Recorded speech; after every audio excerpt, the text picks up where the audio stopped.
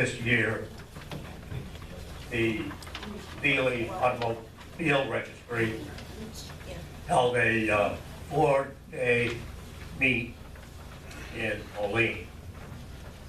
The Moline Preservation Society offered to give them some local assistance, and that amounted to finding a venue for that meeting.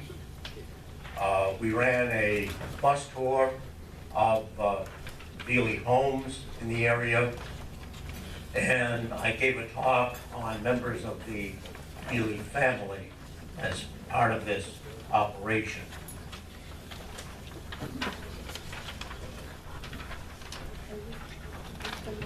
Since these were car enthusiasts, I certainly wasn't going to talk about the automobiles at all.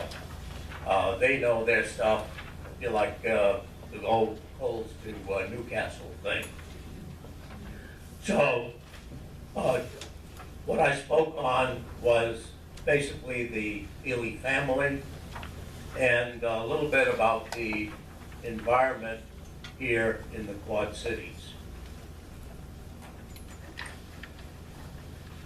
Now, we're going to talk this evening about primarily the Velie family. And in order to understand the Velies, we really have to talk about some of the early history of Moline. And this will give us a better understanding of the environment in which the Velies were living and working. We'll also be talking about the Deere family ancestors, as they play a major role in the Velie story. Now, those of you who have done research on the Deere family realize that the Deere family tends to be a little difficult to understand because of its size and complexity, and also because some of the names are used repetitively in the family. You'll be looking for something on one of the family members, and you run across that name, and you think, aha, I really found something, and then you realize that the dates are off by maybe 20 years because it's a daughter or a son or a niece or a nephew that has the same name. Well, to help you keep this straight, we've handed out an abbreviated Deere and Velie family tree. We'll be talking only about those people who are pictured on the tree. If you are interested in learning more about the Deere and Velie families, I highly recommend Janet Meyer's book, Family of John Deere, which is available for sale at the Rich's Library. Now, many of you know that for many years, Moline was known as the farm implement capital of the world. What you may not realize is that in the early 1900s, Moline was in a great position to become the automotive capital of the world. And of course, the Velies worked very hard to make that dream come true, but as you know, in the end, they were unsuccessful. Well, how did Moline get to be postured to be well-suited for automobile manufacture? Well, in the beginning, there was the Mississippi River. What you see here is a portion of a map of the Rock Island Rapids as surveyed by Lieutenant Robert E. Lee in 1837. Now, since this is a little hard to interpret at a glance, let's add some color to it. The major feature we see here is Rock Island, now called Arsenal Island. The light blue indicates the navigable channel. Now, while the Rock Island Rapids were treacherous, they were, in fact, navigable. And the other thing I'd like to call to your attention here is the smaller secondary channel of the river. And that's this area right in here. And that really is the focal point that turned out to be what grew into the city of Moline.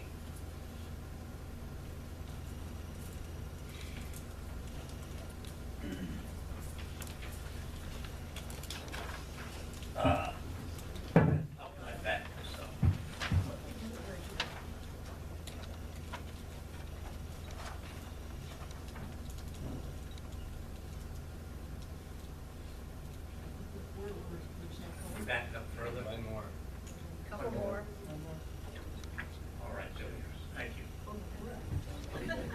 Okay, enter David Sears, the first man to harvest the waters of the Mississippi to generate power. In 1838, he began the construction of his first power dam, which was located just 2 blocks to the west of what is now the Stony Creek Inn. And he used it to power a sawmill with a flouring mill on the 2nd floor.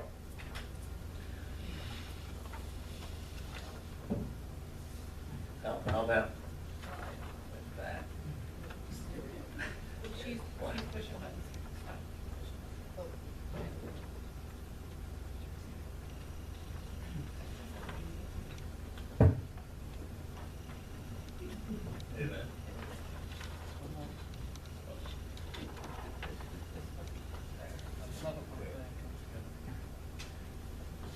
Okay, now enter John Deere. In the 1840s, he was running a successful blacksmith shop in Grand Detour, Illinois, and he specialized in making plows. But Deere saw little future in that shop. While the Rock River was navigable, it was too shallow to allow transporting heavy loads like the supplies of iron that Deere needed. So supplies needed to be brought into his shop by horse and wagon. And the promise of rail transportation was crushed when the decision was made to run the tracks through another area of the state.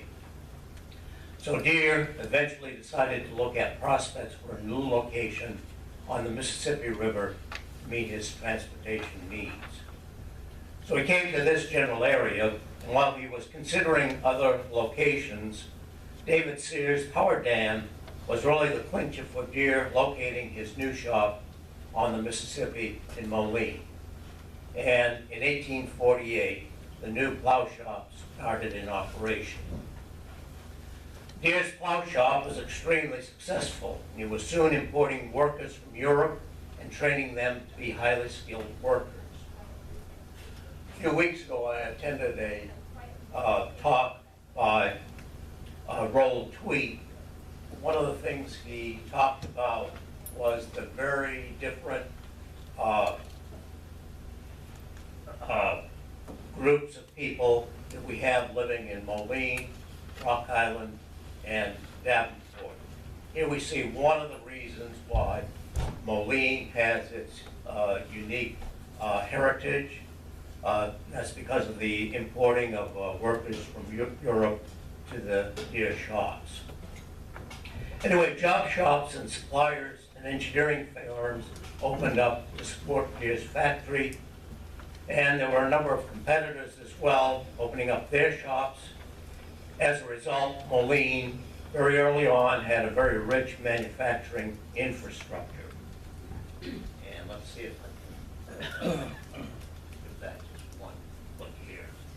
Now, there are a number of pictures that show the beginnings of Moline, and they're all quite similar, but they differ in details, and this happens to be one of them. Again, let's colorize it to make it easier to read.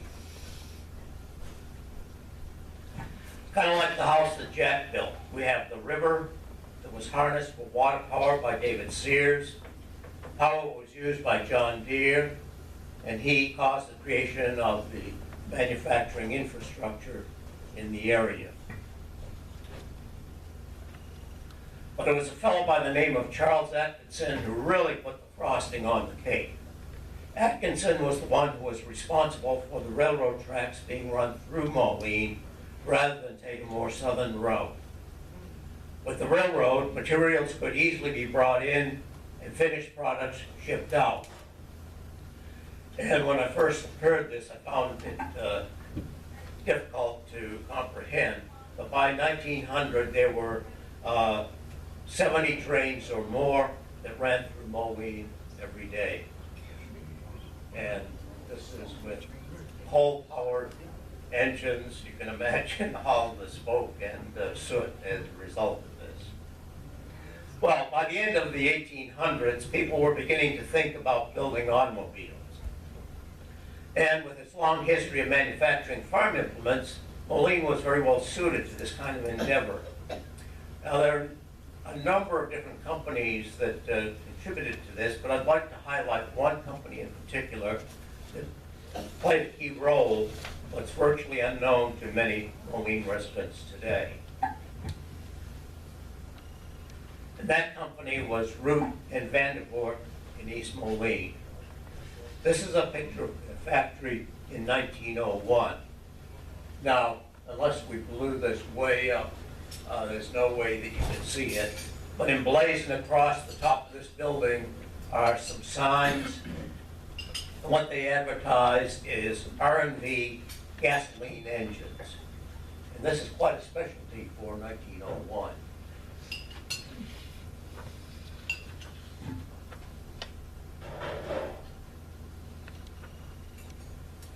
Now, a few years ago, the late Chuck Hoagland put together a list of automobiles that were manufactured in the Quad Cities.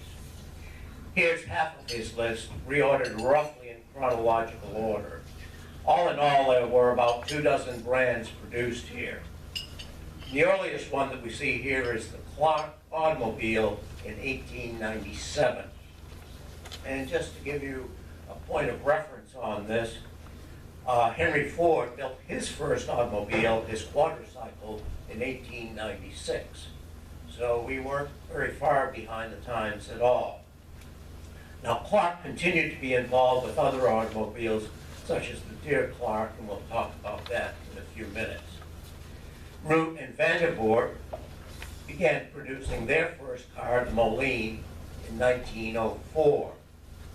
And they ended up producing cars with a variety of brand names for a total run of 20 years, 1904 to 1924. Now, the only other company to last for 20 years was the Velie Company. That operated from 1908 to 1928. And as we can see from this list, by 1928, automobile manufacture in the Quad Cities was all but over. Now, as we begin to talk about the people, the obvious place to start is John Deere. Much of what went on in Moline well into the 20th century revolved around the extended Deere family and various Deere-related businesses.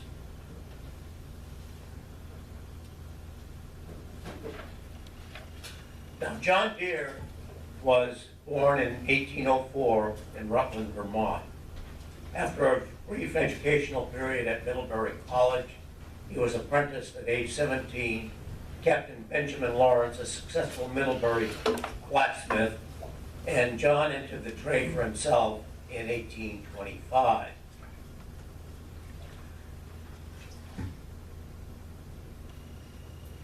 He married Marius Lamb in 1827 and eventually fathered 10 children. In 1836, John Deere moved to Grand Detour, Illinois, where he built a modest blacksmith shop and then built a small house. He built a small house so his family could join him from Vermont. By early 1838, Deere completed his first steel plow. And he sold it to a local farmer, Lewis Crandall, and Crandall quickly spread word of his success with Deere's plow. So 2 neighbors placed orders with Deere. By 1841, Deere was making more than 75 plows a year. The steel plow was popular because it slid through the tough soil of the Midwest without sticking.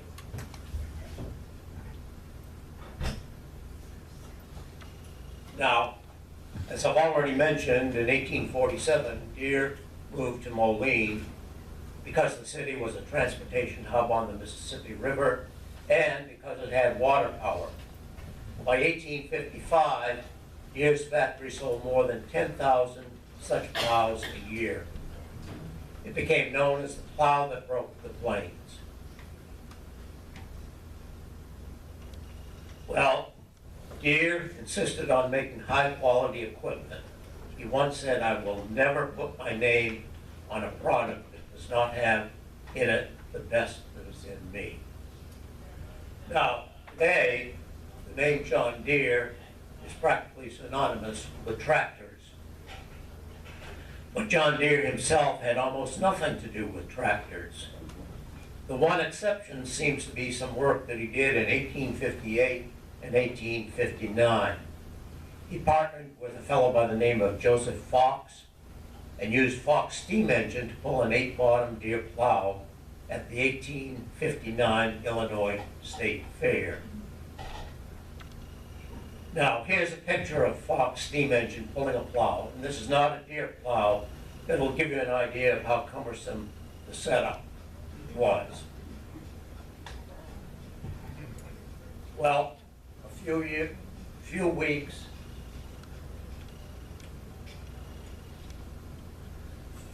weeks after the state fair, they competed with the same rig at the U.S. Agricultural Society contest in Chicago and won the category of, and I get my breath here, a machine which shall supersede the plow is now used and accomplish the most thorough disintegration of the soil with the greatest economy of labor, power, time, and money. That was the category that they won.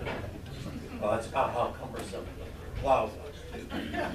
And you can imagine supplying the engine with all the water that it needed, the coal that it needed. Well, even though they won the competition, Deere correctly decided that the combination could never be a commercial success. Now, what I find interesting is looking at what Deere did here from a different perspective.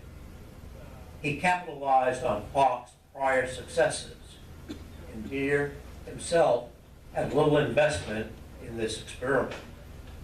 And when the equipment failed, his company didn't suffer. And this seems to be the same approach that his son Charles took many years later with the Deere Clark automobile. Now, later in life, Deere focused most of his attention on civil and political affairs. He served as president of the National Bank of Moline. He was a director of the Moline Free Public Library and was a trustee of the First Congregational Church.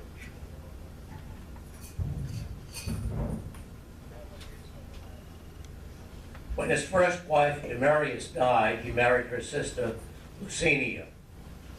Now, Deere, as many of you know, was a staunch abolitionist. When he served as Moline's mayor for 2 years, his opposition to the use of alcohol conflicted with the fact that his company employed many beer-drinking German workers. When the question of allowing beer sales arose, he created a clever solution to this dilemma by putting the issue up for vote, so that not he, but the people of Moline would be responsible for permitting the sale of beer. And John Deere died at his home known as Red Cliff in 1886. This is an early picture of what we now know as the John Deere house. An interesting aspect of the design is that the house was designed in such a way that no matter which way you looked at it, it gave the appearance that you were looking at the front of the house. There's no side view or rear view to the house. Now, as again, many of you local people know, Deere & Company was run by members of the Deere family up until 1982. This is a stretch of well over 100 years. In the early years, it was presumed that John Deere's oldest son, Francis Albert, would be the one to take over the reins of the company. But that all changed when tragically he died at the age of 18. So John Deere's second oldest son, Charles Henry Deere, became the heir apparent. It's almost a certainty without the work of Charles Deere, the name John Deere would be only a little known footnote in history.